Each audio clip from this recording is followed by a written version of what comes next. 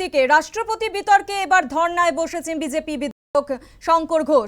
যে ছবি আপনারা দেখতে পাচ্ছেন, প্ল্যাকার্ড নিয়ে ধর্নায় বসেছেন বিজেপি বিধায়ক। শিলিগুড়ির গান্ধী মূর্তির পাদদেশে প্ল্যাকার্ড হাতে ধর্নায় বসেছেন বিজেপি কর্মী সমর্থকরা এবং নেতৃত্বে রয়েছেন বিজেপি বিধায়ক শঙ্কর ঘোষ। আজ দুপুরে শিলিগুড়ি বিজেপি বিধায়ক শঙ্কর ঘোষ তিনি পৌর নিগম বিরোধী দলনেতা অমিত জৈন এবং বিজেপি কাউন্সিলর বিজেপি কর্মী সমর্থকদের নিয়ে গান্ধী মূর্তির পাদদেশে ধর্নায় বসেন।